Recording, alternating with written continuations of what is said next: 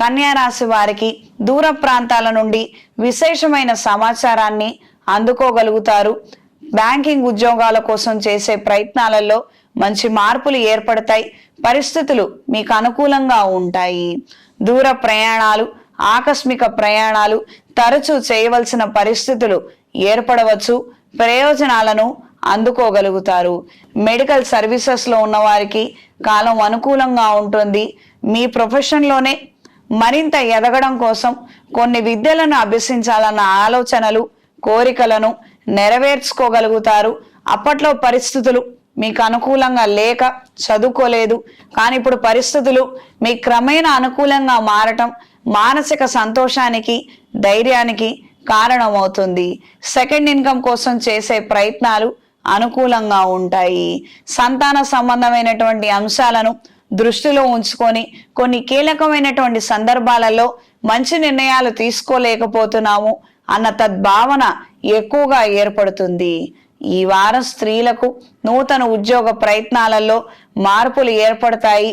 ఆఖరి నిమిషంలో చేజారే అవకాశాలు ఎక్కువగా ఉంటాయి.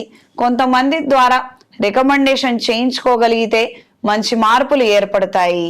లీజులు, లైసెన్సుల కోసం చేసే ప్రయత్నాలలో అనుకూలమైన వాతావరణం ఏర్పడుతుంది. ఈ రాష్ట్రాధిపతి సప్తమ స్థానంలో శుక్రుడి కలయిక స్త్రీల ద్వారా చేసే ప్రయత్నాలు, రికమెండేషన్లు కావచ్చు, ఏదైనా ప్రయత్నము అనుకూలంగా మారుతుంది. ఇది గ్రహించి మెలగండి. వస్త్ర వ్యాపారస్తులకు, మెడికల్ షాపులు నడిపే వారికి కాలం అనుకూలంగా ఉంటుంది. మంచి ఆదాయాన్ని అందుకోగలుగుతారు. కొంతమంది సహాయ సహకారాలతో చిన్న చిన్న వ్యాపారాలను ప్రారంభించాలన్న ఆలోచనలు నెరవేరుతాయి. చిన్న వ్యాపారాలు, తాత్కాలిక వ్యాపారాలలో మంచి ఆదాయాన్ని అందుకోగలుగుతారు. కొత్త వ్యాపారాల నిమిత్తం పెద్ద స్థాయి పెట్టుబడులు పెట్టలేనటువంటి పరిస్థితులు ఏర్పడవచ్చు. పెద్ద స్థాయిలో వ్యాపారం ప్రారంభించాలన్న ఆలోచనలు అంతంత మాత్రంగానే ఉంటాయి. ఈ పెద్ద పెట్టుబడులు పెట్టలేక కాస్తంత వెనకబడే అవకాశం ఉంటుంది. ఆరోగ్య విషయంలో తగిన జాగ్రత్తలు అవసరం.